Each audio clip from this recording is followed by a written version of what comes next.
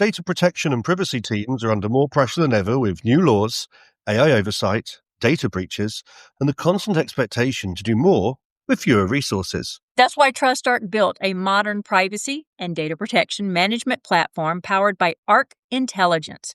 It unifies your tools, automates the work that slows you down, and surfaces what matters most right when you need it. From guided quick actions to our intelligent assistant, Ask Arc, you get credible, contextual answers backed by expert research, not generic AI guesses. Finally, privacy that works the way privacy pros work. Learn how TrustArc helps teams move faster with confidence at trustarc.com/serious-privacy. That's trustarc.com/serious-privacy.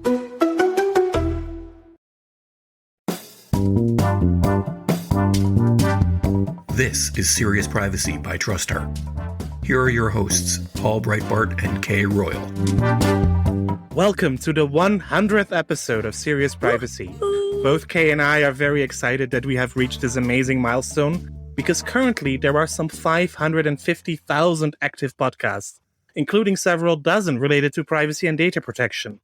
Actually was shocked to read that the average podcast only gets 27 downloads a week. Just imagine putting in all that work for just a handful of listeners. So we count ourselves very lucky that we have many more listeners. Thank you to all of you, with well over 60,000 downloads since we started, and by now close to 700 listeners per episode. All of this is largely possible thanks to the support of TrustArc to get the podcast started in the first place and to allow us to continue, even though that both of us have left the company. So we therefore celebrate the 100th episode with two of our key original TrustArc partners, Chris Babel, CEO, and Hilary Wandall, who has now moved on to Dun & Bradstreet. But don't worry, this won't be an episode full of self-congratulations. There are a lot of actual developments to discuss on the state of data protection in 2022. My name is Paul Breitbart. And I'm Kay Royal, and welcome to Serious Privacy. I am really excited for this episode. We are thinking of making stickers to take to IAPP, and I think one of them should be Kay's favorite sayings, because it's either going to be, I love it, or that's fantastic. I don't think Paul has a separate saying other than, but wait, Kay, but wait. It depends. It depends is my favorite saying in data protection. It depends. It depends. So the unexpected question today, I'm not getting out of a book. Since given what's happened in privacy lately, I'm gonna hit Chris and Hilary and Paul with, what are you going to name the new Privacy Shield? Safe Harbor 3. I don't think we should just go back to the original. No, we shouldn't do that. But what is it? I honestly can't even remember what it is. The Transatlantic Data Transfer Agreement. Transatlantic Data Privacy Framework. Yes. Yeah. Framework. It's framework. Frameworks, we know. We like frameworks. Because it's a framework, it is going to last. Because frameworks do not go away. They may evolve, but they don't go away. They may get covered. Mm-hmm. Repealed or revoked by future presidents. There's a power in using a model like that, especially in light of the current times and where other significant actions are being taken, especially in cooperation with other governments. I think this is actually a good model. The other thing I would say that, to Kay, your point, is that you have to start somewhere. Exactly. And who's to say that these standards set forth through an executive order could not in the future be laid out further in binding legislation that is agreed upon by our Congress. So I am encouraged by the concepts that were laid out, the agreement in principle, the way in which the rights of redress will be handled through this new court. Yes. Mm-hmm. And I'm excited to see the details. Yeah. I guess one thing that I'm really worried about is for the past 2 years, though, companies maybe haven't made a concerted effort to put standard contractual clauses in across the board because we were waiting on the new modules. Then the new modules came out, and now we're waiting on the transfer module. Unless I missed some earth-shattering news lately, we don't have that either. And I do accept I could have missed earth-shattering news lately. I think Chris and I are both sick as dogs, or sicker than dogs. I think dogs are laughing at us. But it's... I see this, and do you think that those companies who have made an effort to put in standard contractual clauses, and I know negotiating has been with some of these companies to put the standard contractual clauses in place, that's going to go away if the company certifies to the new bridge, shield, framework, No, plan, charm. there I really disagree. Are they going to go away? No, they won't, because nobody is going to be certain that this framework, or whatever we will call it, will survive. So Yeah. everybody will still want to have the backups in place out of the fear that we will have a Schrems 3 or whatever other challenge that could happen. Yeah. Yeah, And that is also what I would do. I'm negotiating data protection agreements right now. I agree I've with you. I agree with you. People are going to want belts and suspenders because there's just been too much that's been unpredictable. And making sure that you've got both, you've got a backstop measure. I do hope, though, that some of what appears to be very onerous contract negotiations that are causing privacy pros and attorneys to end up spending way more time negotiating contract language than really focusing on accountability. Sorry to get us a little off tangent, but not really sorry, because I actually think it should always be about accountability. I think that's such a problem. I think people aren't able to focus on the right things because of the challenges here. So hoping that with a new framework, whatever it may be called, that it will at least remove some of the complexity around the negotiations in contracting. No, I Paul? agree. And I'm slightly less optimistic than the three of you are.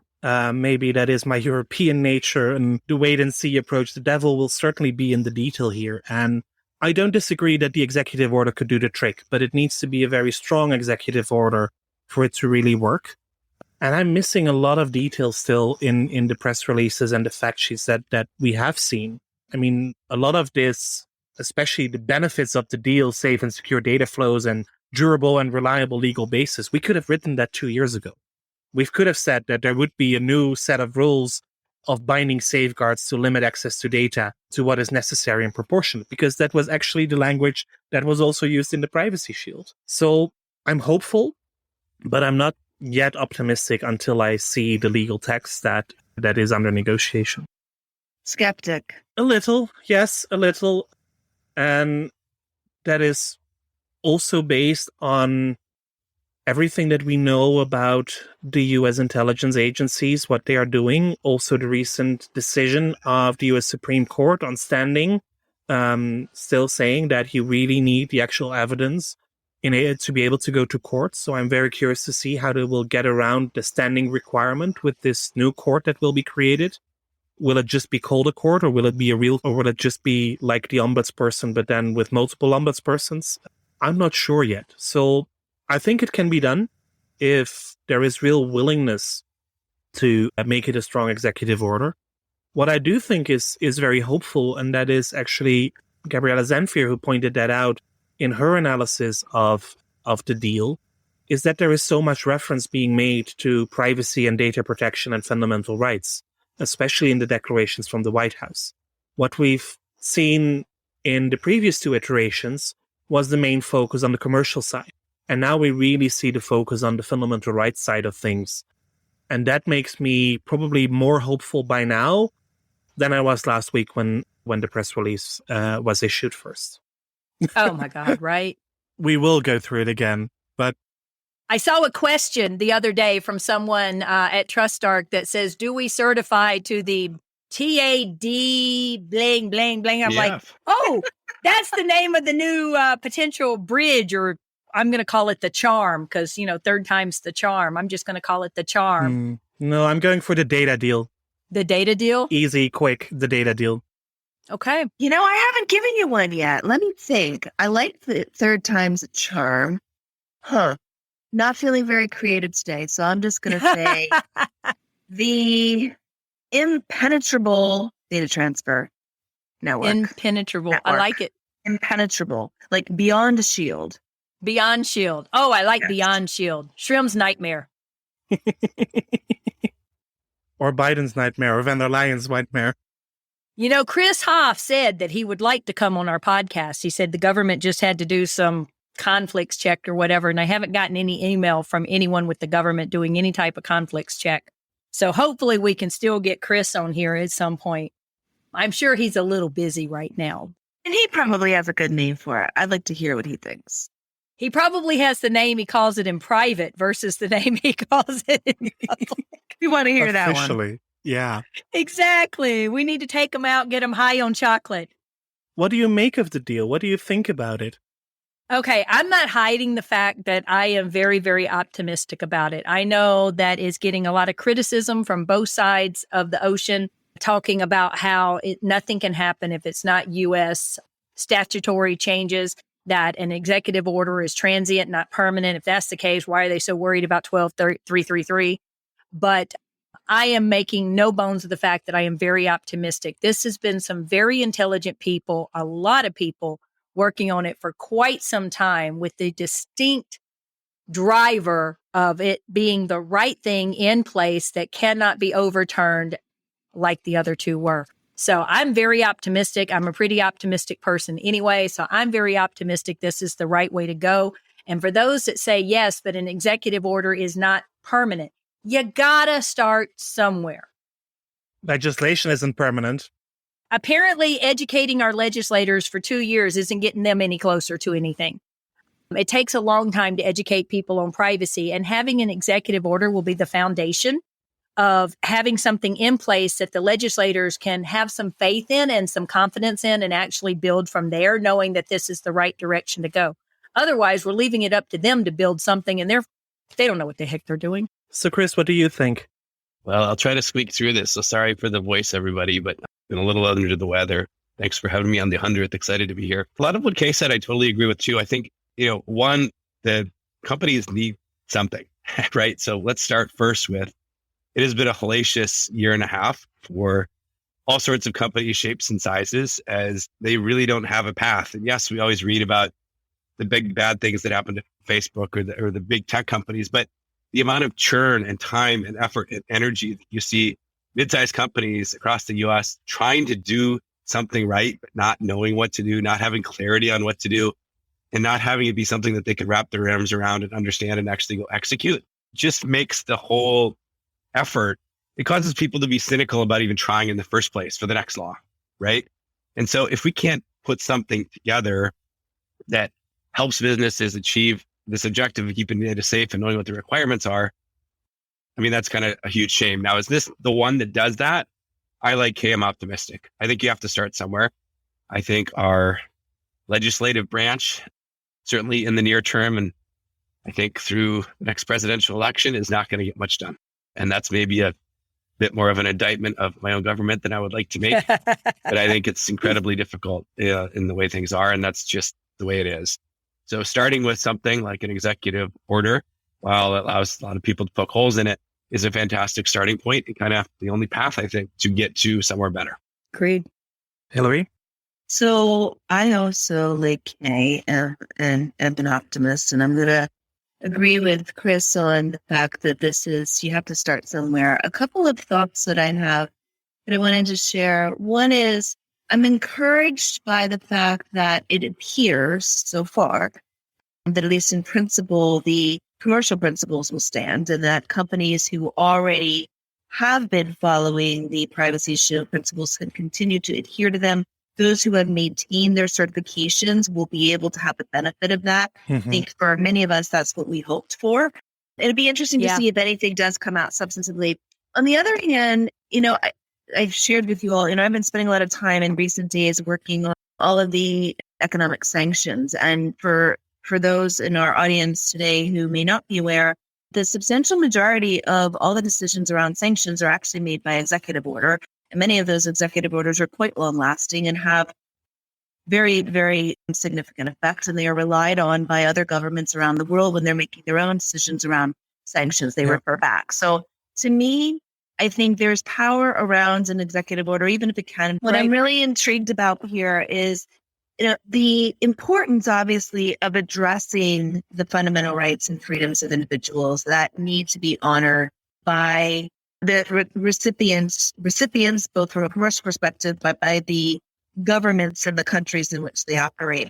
And to me, it brings up a broader concept of how do we, that I just wanted to toss back out at you all, is how do we manage this goal of making organizations more accountable but making them accountable to be thinking about addressing rights and transparency, the interest of individuals in a way that actually drives forward a better society, a better set of communities in which we operate. And to me, like if accountability is done right, we spend less time worrying about the legal nuances, as much as those are fascinating for those of us who are lawyers, but more on how can we innovate for the benefit of individuals where we're creating a greater tomorrow. And as a mom, this is one of the things I'm most worried about right now, is that the way in which technology is evolving is causing people to have these frenzied, frenetic lives where rights are lost. And it's all just about the latest information and misinformation. And can't we do more through driving accountability from a data protection perspective to really create a better tomorrow? That's my question back to all of you on this 100th episode. If you don't, Can we? I guess it comes down to can we and will we? I think we can, and I think we will. I think if you look all around the world, data protection is more and more seen as a fundamental right. People are becoming more vocal about these issues. I'm currently recording from Kenya, where I'm giving a data protection training. And your son is going down. My son is going down. I actually spoke to the Kenyan Data Protection Commissioner yesterday. We'll play that interview in a moment. But also here, being boots on the ground in Africa, where data protection legislation is very new, people are very eager to learn about it and to understand why it is important, but also realizing that it is important. And not just in the commercial relationships, also in the relations between people, in the relations with their government.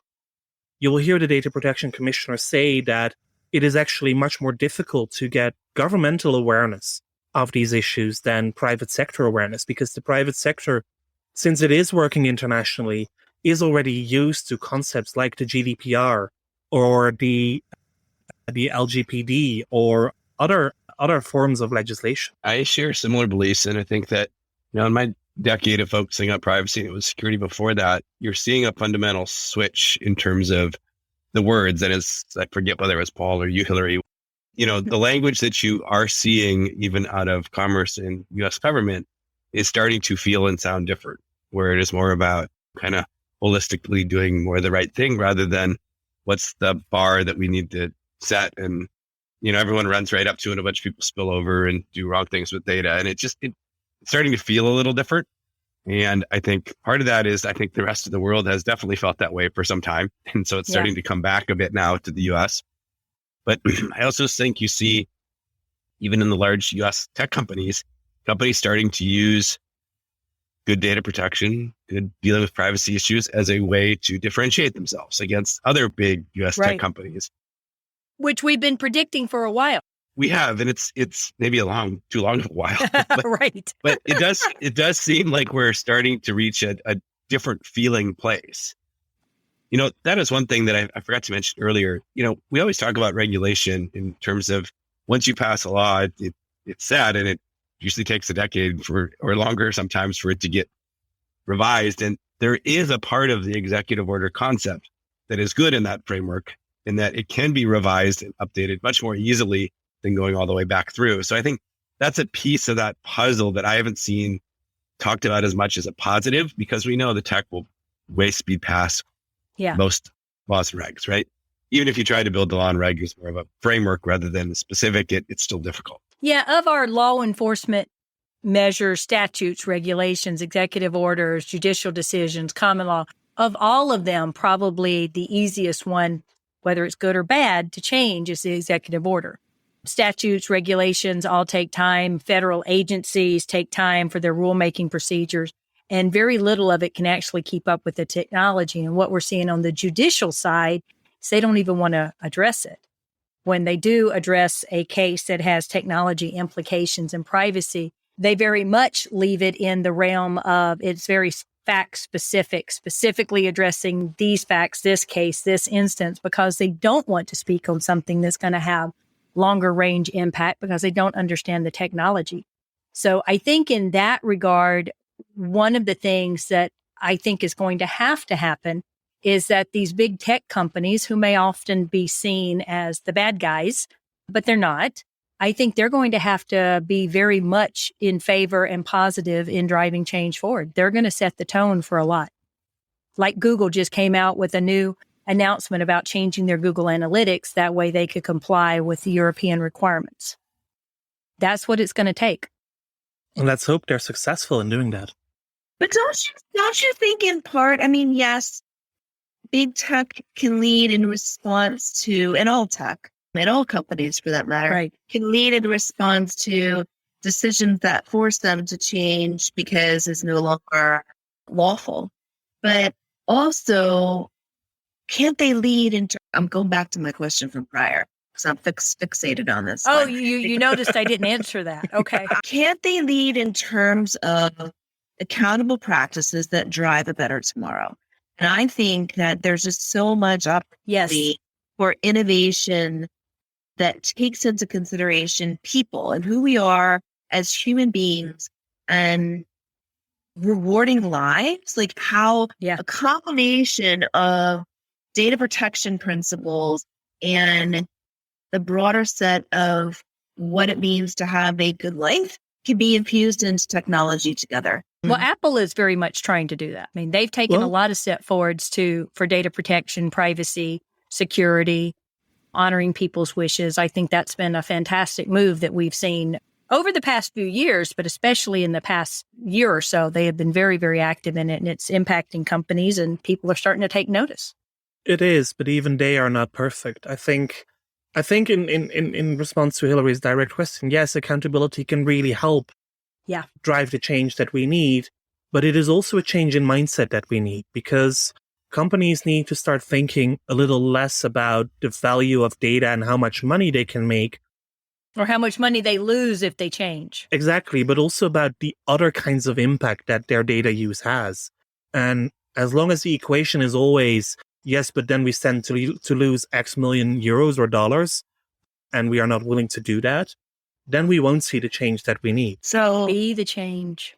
do we think, Chris, hope Kay and Paul don't mind me just asking my own questions back to you guys. Go ahead. Chris, Hillary, we know you. We love you. We invited you here for a reason. This is such a great dialogue. So, Chris, in light of all of your experience in the greater big finance world, with where sustainable investing and ESG are going, do you think that possibly, just to what Paul was saying, that there is an opportunity with respect to socially responsible investing that we could actually make more headway there? Or do you think it's just bad? I was going to add there too. I mean, what Paul was describing, right, is exactly this, which is, how do you think about environmental issues as you're running your company? Because the negative externalities that you cause are negative for the planet, and companies are starting to try and internalize those and think about how to do things better, right? Exactly. And this is a similar concept in that I can go make $100 and this is legal and therefore I should go do it. But it doesn't really make anyone feel good who's working on the project, and you're not treating people as people and whatnot, right? And so I definitely think that ESG is one of the hottest topics until Ukraine, Russia happened, and then it's kind of not talked about as much over the last few weeks, but like it's been building for a very long time. And in one regard, it seems like everything's been thrown in it. And in the other regard, when you look at things individually, it's like actually all these things do have this negative externality that businesses haven't taken into account for governments for a very long time. And it's why we are where we are, right? So I think there is definitely, in the investing side of it, I not back to the Russia-Ukraine thing, but there were a bunch of people who touted how they were investing very ESG-like and very focused on the right issues, but yet they had a lot of money still that they lost when things changed. And so I think that has even caused a lot of people to look back at this responsible investing and the people who were saying that what they were doing and whether they were really doing it or not. But yeah, I think that's something that people start to notice when things like that get accounted for in that way. And people say, no, I'm not going to invest in a company that does X, Y, and Z. You haven't seen that yet. I think a couple of years ago, I wrote an article for Association of Corporate Counsel on privacy being the fourth prong of ESG. So I'll see if I can't pull that up. Not that I thought anybody would ever pay attention to it, just that it became a thing because of the societal and environmental impacts that we're having. Seriously. Paul? So, Hilary, you are now working for a really global company. I think Dun & Bradstreet has presence in almost every single country around the world. Do you see a lot of differences in your work on privacy, on ESG, from the various regions around the world, from the Americas, from Europe, but also the upcoming economies in the Southern Hemisphere? Yeah, well, definitely there are differences in different markets. One of the things that's fascinating to me is how much cultural and community expectations play such a significant role, because people see the world differently in different parts of the world. And while there's a fundamental set of consistent principles we typically see, as we all know, like aligned with the OECD guidelines, there are such differences that we see in certain markets. So case in point, I spent a lot of time, as I know we all have, dealing with the new PIPL or PIPL, depending on which way you prefer to talk about. We don't talk about that second way. No, we're not doing it. PIPL, PIPL, Personal Information Protection Law. But note, it's not a privacy law. Although people call it a privacy law all the time, it's a personal information protection law. And that relates to the broader approach that China has taken to regulating data, and in a way that's actually consistent with their overarching concerns and interests that they're trying to balance. And as we oftentimes talk about it as a team, we think about it more in terms of overall data compliance. And what does data compliance look like when it goes to interests not only of individuals, which absolutely need to be respected, but are respected in different ways depending on the part of the world that you're from. Sometimes community-based respect is more important than individual respect, and how do you balance those things? At the same time, interests of businesses, particularly small businesses that are not legal persons, and how do the rights of individuals in the professional context work in connection with their own responsibilities to run a safe and sound and responsible business, and where data protection obligations come up against then responsibilities that those own businesses have. How do you balance individual rights in that context becomes a very interesting thing to try to manage. And then when you pull to your question, put ESG in the middle of it, a lot of what's really interesting to me, looking at some of the external standards such as the GRI or SASB standards around data protection in particular, I think they are good, but I think they also need to evolve. And what I mean by that is oftentimes requirements around business ethics more in the governance space that are totally separate from the S pieces that are getting after cybersecurity, data security, and privacy, if you will. And in my view, in order to manage a lot of these interrelated obligations in a consistent way across a business, where people who are at a product team or a technology team or a marketing team need to think about how the pieces fit together. Putting them in separate buckets doesn't necessarily help with good business decision making. Finding a way to integrate those pieces so that people are looking at it more holistically is very beneficial. So I think we're going to continue to see a shift around not just data protection for individuals, but data protection more broadly and responsible uses of data. As we see, Paul, and I'll maybe turn it back to you with the AI, the proposed AI Act and the Data Act and the Data Governance Act and all of the things that are being proposed in the EU around management and protection of data more broadly. I think we're going to see continued evolution. Yeah, I think that's right. Indeed, the European legislative framework is very much under development. The Digital Markets Act was agreed last week. The Digital Services Act should be agreed within the next couple of weeks, which will include certain non-tracking and non-advertising provisions, especially where children are concerned. You see that the AI regulations indeed and the data regulations are also extending the scope of these kind of laws beyond just personal data. So also including the non-personal data or the non-identifiable data, which basically are set to the same standards as GDPR already has for personal data. On the one hand, probably will make it easier for companies to comply. On the other hand, will offer another headache, because then all those data transfer decisions will also start to apply to the non-personal data that is now exempt. So my question to Chris would then be, is TrustArc ready to support that? It's not going to be easy for companies to handle, or tech companies to help companies handle it, right? But yes, we're anxiously looking to help companies with the next, 1,000 laws? I forget where we're at right now, about 1,000 that have some level of provisions that many of those laws are ignored by everyone. A few of them are watched by everyone. And there's a lot in the middle that are watched by a few, depending on where you are and what you do. So I think your point there, Paul, is one I'd even take further. That's what's happening in Europe. And as we know, we finally had our fourth state, a lot more states up for grabs in the US. Like, it's just not going to stop.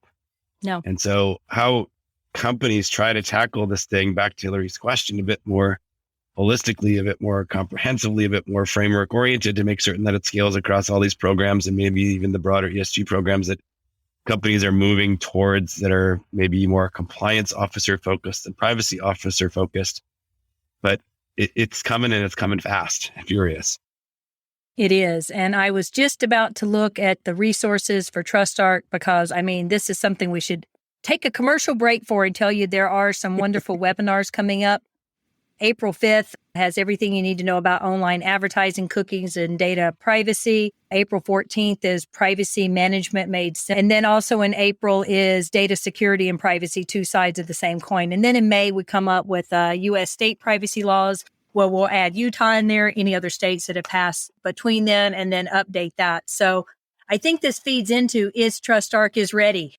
And somewhere in between, you and I will also be doing a TrustArc webinar on this new international transatlantic framework thingy that was announced last week. So yeah, lots to lots to look out for. Well, I think you officially named it a thingy. A thingy. A thingy? Yeah, well, that might be for now. That Might probably work, as long as we are certain that until we are certain that it will actually survive. Yes, I think the thingy is perfect. I'm actually trying to create stickers to have made to bring to IAPP, because it's probably the only swag I can actually personally carry myself, is a bunch of stickers. I just thought of a name. Okay. The thingy? I thought of a name for the thingy. It is so not creative, but it actually works for me, and I'll tell you why.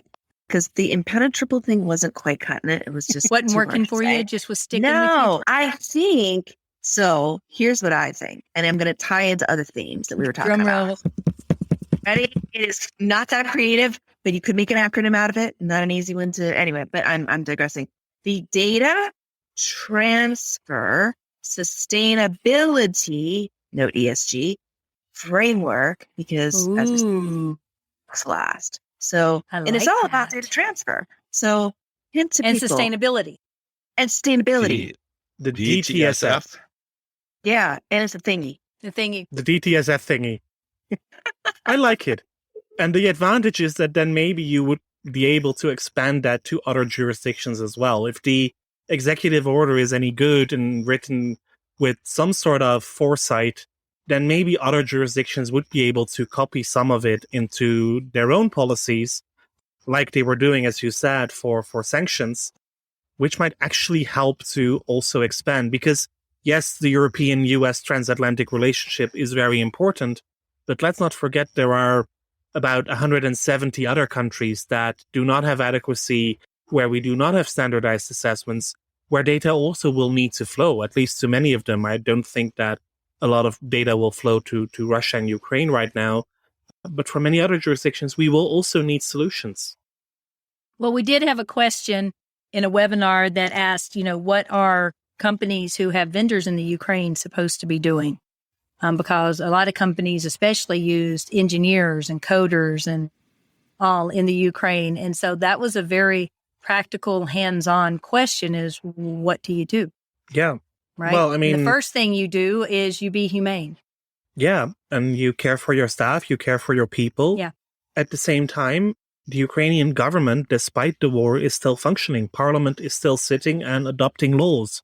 So to the extent hats off to the Ukraine for that, right? Yeah, absolutely. But to the extent that Ukraine is still functioning and has control over their own territories, they are still a rule of law state, and the legislation still applies, despite all the difficulties. And yeah, that they're an impressive people. Yeah, they really, really are. They really are. So, okay, so let's transition this then. If we're talking about strategy and global and sustainability, I'm going to ask the question that Chris and I spoke the other day about. What does this mean for people who work in privacy? I mean, have we missed the boat? Job security. Yeah, job security hands-on, but I mean, really, we're data strategists. We're the ones that make sure companies use data in innovative but legal ways. People see us walk in the room, they're like, oh crap, you're going to stop us from doing something. And when instead they should be, oh yay, you're going to make sure that what data we collect is legal and we value the company. But have we missed our seat at the table? Is it gone? Is the rise of cybersecurity lawyers because they're rolling privacy and data protection under the security departments, but yet they don't understand the laws. Therefore, now we need not just privacy attorneys, but cybersecurity attorneys, because you need someone to interpret the rules and the regulations for them. What's our place now? What should our place be? So, yeah, I think when GDPR first came, at least for me coming from security, I got to see the rise of the CISO, right? Because it was just tons of threats, vulnerabilities through the late 90s, early 2000s, lots of new technology to deploy. And that became a very strategic job function very quickly, reporting at pretty high levels. And the chief was a chief reasoned title, if you will. With privacy, we've seen the same kind of explosion in opportunity. And to some degree, I don't know if I fault the GDPR fully, but when we looked at the GDPR and we saw the description of a DPO and that they would run around and do a lot of really kind of tactical related things, I think a bunch of our profession went down the path, the rat hole of checklists to dot every I and cross every T. And others kind of went the path of being more strategic in some of the areas that we're talking about and thinking about how do we help this organization become good stewards of data to both, delight customers and grow revenue and business and help the business people. And those two different paths, I think, have the chief privacy officer really in kind of a weird spot, because in some companies that we work with, it's a very senior level position with someone that's seasoned and experienced. And in other organizations, it's pushed really low and under something that you wouldn't really expect. And I'm always surprised by that. And oftentimes it's the, maybe the style of the company, it's the whoever was in the role before. I think, while I agree with you entirely in that it's great job security, privacy jobs are not going away anytime soon. And it is incredibly difficult to hire one. The flip side of that is I see too often. It's incredibly difficult to hire a good one. I'd even say one, not even a good one. It's hard. Not even a good one, just one. But I think one with experience, right?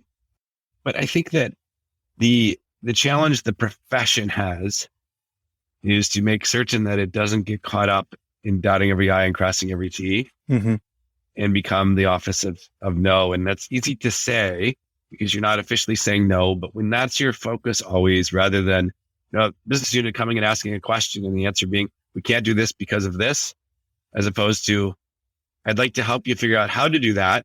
I know that in this area, it's difficult to do it that way for these reasons. How else can I help you figure out how to do it?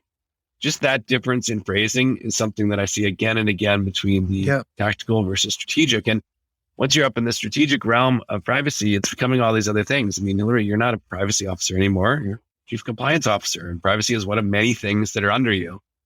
And that is, I think, is the opportunity for this profession and field, because the privacy issues are the hot topics of the day, and they apply everywhere, not just every size company, type of market, every geographic region. It's all these things combined at the same time. And that is a fantastic wind at our backs from an industry profession, but it's how we help business people see the potential of the role to work in concert with business people to drive success as opposed to not. And that sometimes I fear we are missing. And I always reinforce things like this to think about how you're interacting with your business teams day to day. I agree with you, and I'll add a couple of supplemental thoughts, but I wanted to start firstly by saying, I think, Kay, you said it well with the term data strategist. And the thing that I'm recognizing more and more being a part of a data company, that for which personal data is actually the minority of the data. It's a lot of other data. It's the responsibilities around data, using data in a values-driven way that actually brings great outcomes for both the business, but also the constituencies that you're seeking to serve is a really important part of how you have the conversations. And I think where people get frustrated with compliance professionals, I'll start there, but also sometimes with lawyers and privacy teams is when we get too caught up in the nuances and the details as opposed to helping the business think through, what are you really trying to achieve? Who are you trying to serve in what you're trying to achieve? And how best can you get there using the different data that you have available to you and the tools you have to be transparent, to be responsible, to help people be able to exercise their rights effectively. Like all of those things, if you talk about them in a more values and outcomes driven way, make for a much more fruitful conversation than the ones that people are like, oh yeah, I don't have time for that. I'll send my most junior person to work with you.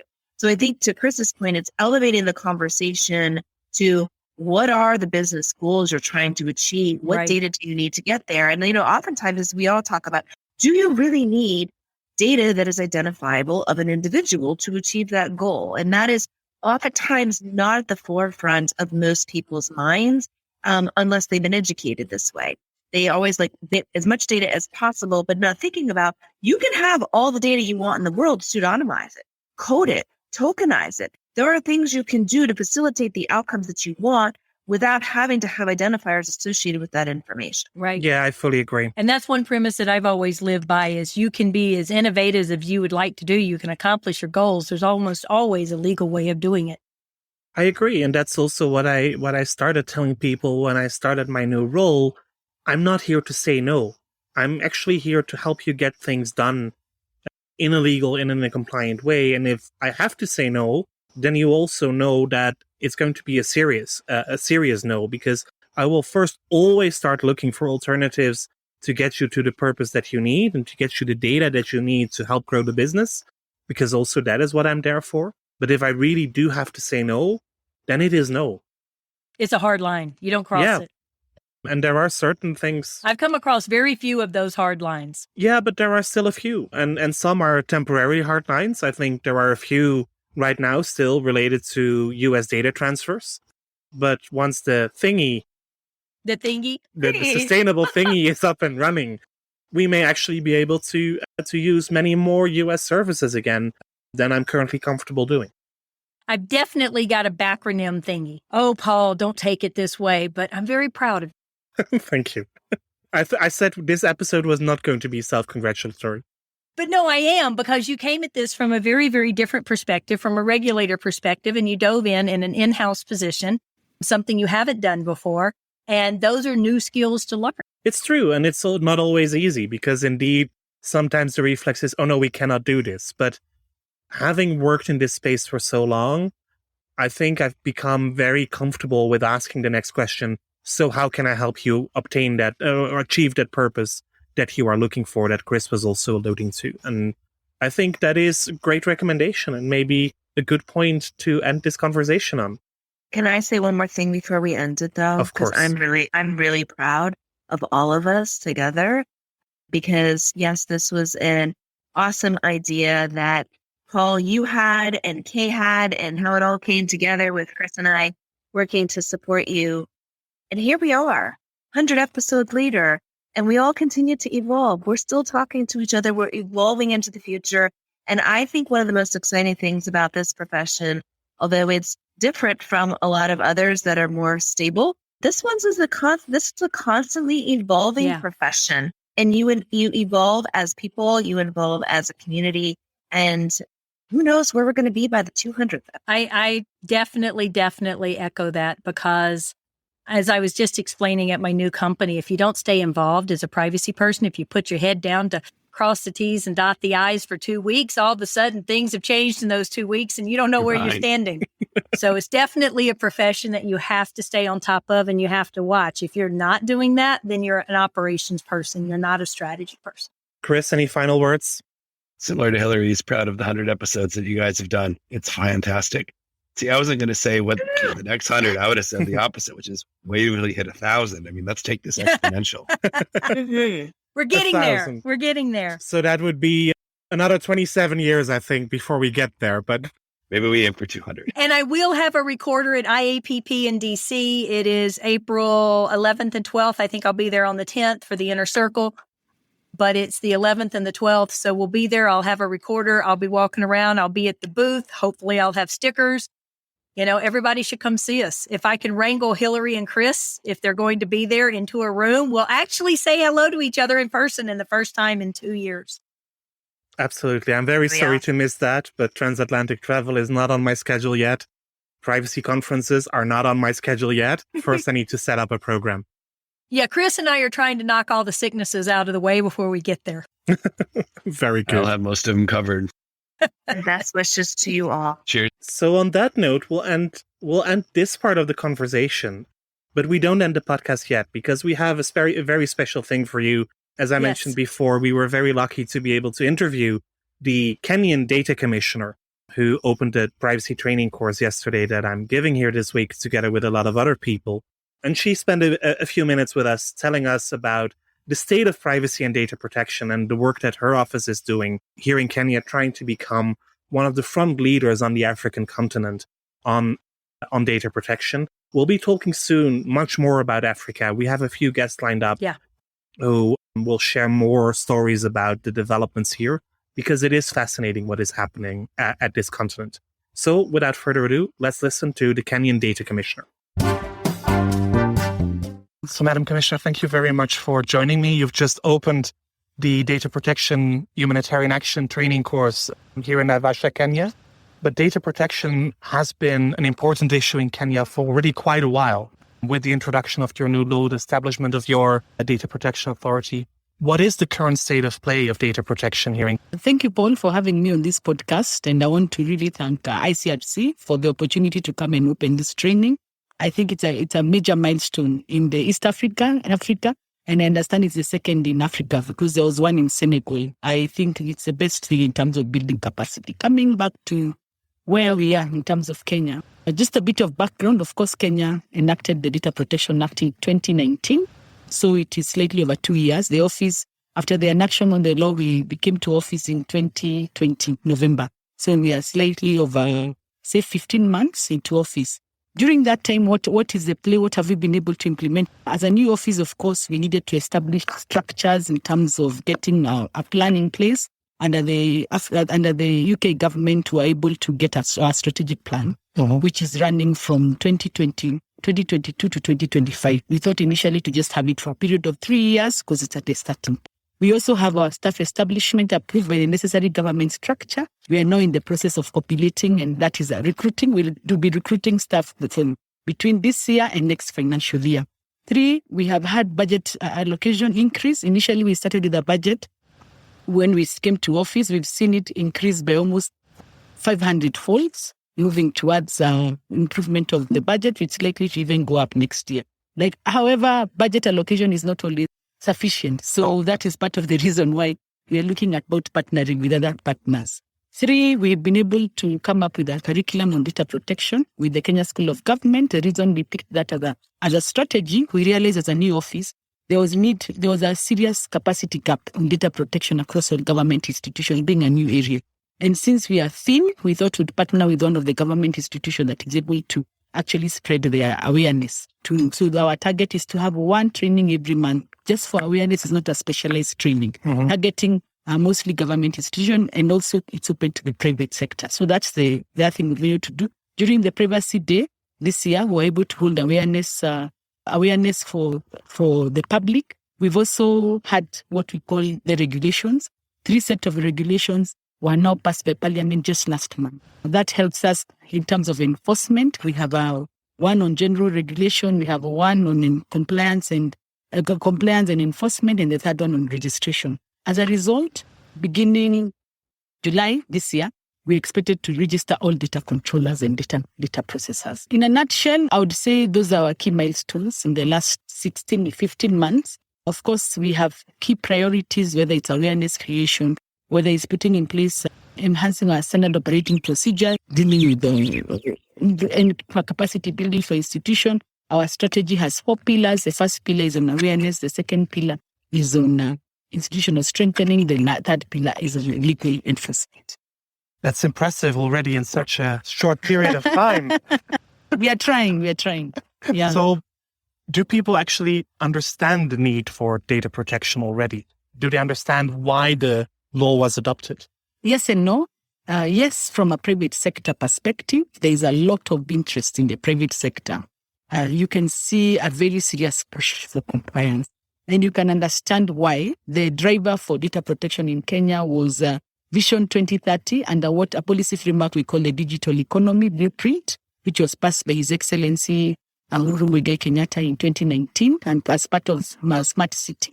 One of the pillars, one of the cross-cutting issues discussed at length then was the issue of data protection. Of course, this was coming immediately after the passage of GDPR. That had an influence because most of the companies in Kenya are most likely to have a push or interaction with companies in Europe. So, of course, in terms of compliance, you see a lot of compliance in terms of private sector. They are very keen. Most of the requests that come through are for private sector. The public sector, those who deal with big data, we've seen institutions that are dealing with civil registration, they are also keen on data protection. I would not say, because there's a survey done some time back by Amnesty International, the awareness at the level of public is still low. And that is part of our priority. It's what informs our priority. It's part of the things that we are really seeking partnership with development partners, civil society organizations such as Open Society, Amnesty, GIZ, so that awareness to the members of the public, they appreciate, because we cannot change the data sharing culture unless the members of the public appreciate the reason how it affects them. It can be discriminated against. If your information is a data breach, or two, there could be identity theft. So for the members of the public, it's not that much. It's something that we're working on. And hence all the awareness raising that you are doing. Yes. Looking at the broader African perspective, we will be talking on the podcast more about Africa later this year because we see a lot of movement around the continent. And of course, you cannot cover a continent just in 1 hour conversation, but there is a lot happening in Africa right now. Also a lot of interaction between all the various data protection authorities. Are you involved in that? Yes, we are. We are under Madam Patricia of the Data Protection Officer, Commissioner of Ghana. She has been pushing really hard for us to sit around the table so that we are able to push for the African a unified voice, share experiences, and also begin helping those who are still behind as far as data protection is concerned. As a result, we have a Data Protection Authority Association of Africa. It's hosted in Morocco, and Madam Patricia is the chair. We have Uganda there, we have Tanzania there, we have Nigeria there, we have many African countries, South Africa, we have West Africa countries involved in it. So there's a lot of push and activity. Some of the key things we've done this year, one, during the Data Privacy Week in January, we all shared different things that we are doing. It was impressive to see different countries were holding podcasts, different countries were holding webinars.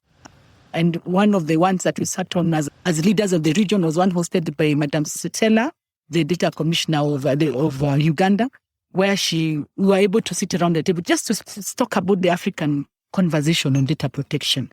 Indeed, people noted that what we call commonly as Malabo Convention has gaps, and therefore the need to review it is the one on cybersecurity, and to review it and actually strengthen it as far as data protection is concerned. Thank you very much for your time today. I know you need to get back to Nairobi, but thank you very much. It was a pleasure speaking to you. Thank you, Paul. We look forward to your future.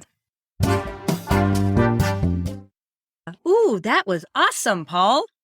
Thank you, Kay. But and on that note, we really end this 100th episode of Serious Privacy. So thank you all for being with us for all of these 100 episodes. Thank you to Chris and Hilary for joining us today. Thank you, Kay, for being a great co-host and all the fun that we've had, despite the fact that we still only have seen each other in real life for 45 minutes in our lives. Once. Ditto. Thank you all. We look forward to hearing from you via seriousprivacy@trustart.com or via info@seriousprivacy.eu. Find us on LinkedIn at Serious Privacy. Find us on Twitter at Podcast Privacy. You'll find Kay on Twitter as Heart of Privacy and myself as Europol B. Until the next 100 episodes, thank you and goodbye. Bye, y'all. That was Serious Privacy.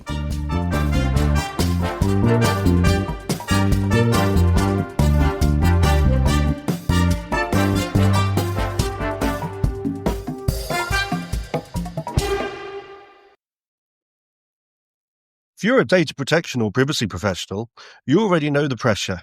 Non-stop regulatory change, AI oversight, internal demands, and the expectation to somehow stay ahead of it all. And the old patchwork of tools just isn't cutting it anymore. No. That's why TrustArc created a modern privacy management platform powered by Arc Intelligence. The TrustArc platform brings your workflows, evidence, research, tasks, and applications all together in one unified and intelligent workspace so you don't waste time digging, clicking, or context switching. With Ask Arc, your privacy assistant, you can ask plain language questions about laws, jurisdictions, or even your own program data and get credible, cited answers based on NIMBY research and more than 1,000 global laws. It's explainable, transparent, and purpose-built for data protection and privacy. So if you need to add a vendor, create a cookie banner, or start an assessment, quick actions take formally complex tasks, turn them into bite-sized guided workflows to save you time. It's a platform that thinks like you, works like you, and helps you move faster with confidence, whether you're a seasoned DPO or you're just getting started. See how modern privacy gets done. Explore Arc at trustarc.com/serious-privacy. That's trustarc.com/serious-privacy.